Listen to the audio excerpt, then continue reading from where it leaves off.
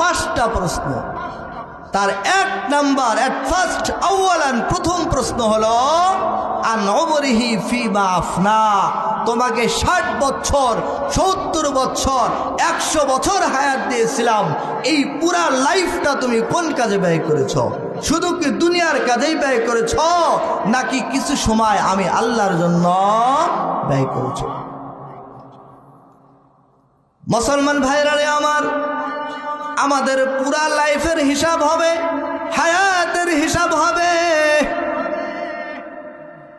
আমাদের হায়াতের অমূল্য দাম, এটা অমূল্য সম্পদ, কিন্তু আমাদের প্রতিটা সেকেন্ডের হিসাব আল্লাহ তাআলার কাছে দিতে হবে। এই হায়াতের কি দাম, সময়ের কি দাম?